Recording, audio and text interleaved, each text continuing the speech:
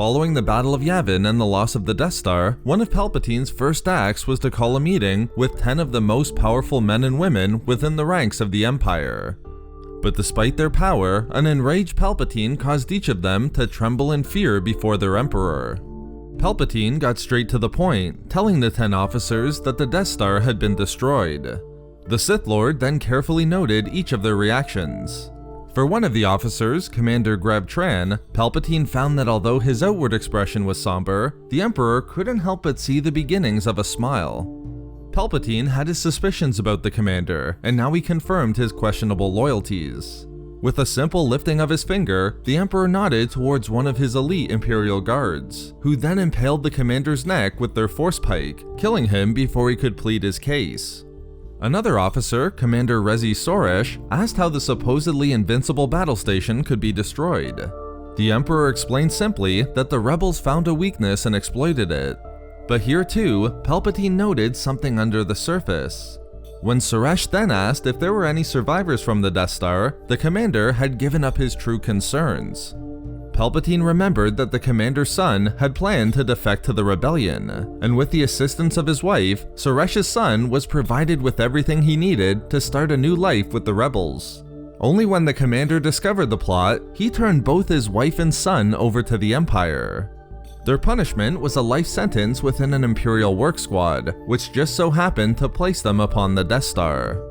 The Sith Lord took legitimate pleasure in telling Commander Soresh that Vader was the only survivor of the Battle of Yavin, adding insult to every Imperial there who were intensely jealous of Vader's position within the Empire. Based upon these foolish and pathetic beings, it seemed as though the Empire lacked the leadership to undermine the rebel war effort, especially after the loss of so many on the Death Star. But Palpatine recognized there was one valuable officer before him, the then Imperial Captain Thrawn. When he first informed the group that the battle station was lost, Palpatine focused specifically on Thrawn, finding that unlike the others, the Chiss betrayed absolutely no emotion. In fact, he had complete control. With great approval, Palpatine knew that Thrawn was unique and concluded he would go far. When Palpatine then informed the highest-ranking members within the Imperial hierarchy that Vader was on his way back to Coruscant, at which point they would then make arrangements for the rebellion, Thrawn, again still just a captain, would impress the Emperor a second time. Thrawn, as diplomatically as possible but still directly, asked why they would wait for Vader to arrive to begin meting out their revenge against the rebellion. They knew the location of the rebel base on Yavin 4 and could easily begin their attack. But Palpatine informed Thrawn that he had other plans. They could attack, but the better course of action would be to bide their time. Palpatine feared generating additional sympathy for the rebellion given their monumental victory at Yavin, and when they did attack, the Emperor wanted the rebellion crushed completely.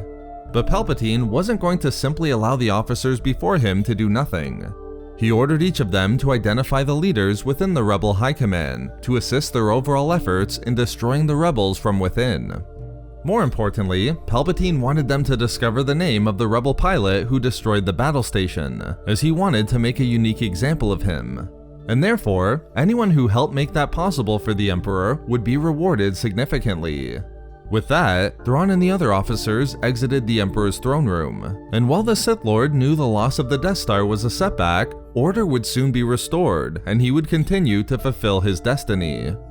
This meeting between the Emperor and Thrawn would mark an important point in the Chiss's career, fulfilling the Sith Lord's prediction that Thrawn would go far. After the Battle of Yavin, Thrawn developed an ingenious plan for the Empire's war effort against the rebellion. He would strike directly at the rebellion supply network, destroying or capturing smugglers and traders who made it possible for shipments to fall into rebel hands. Thrawn's plan wouldn't only limit the resources of the rebellion, it also helped to locate rebel cells and bases.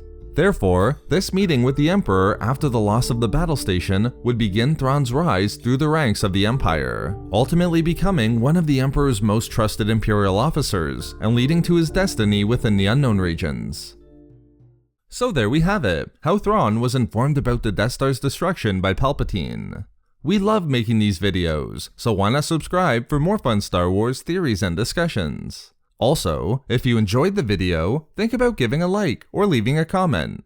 Or perhaps follow us on Twitter @SW Reading Club for updates regarding the channel. Or support the channel through Patreon for access to exclusive rewards and discussions. If not for me, for Destiny.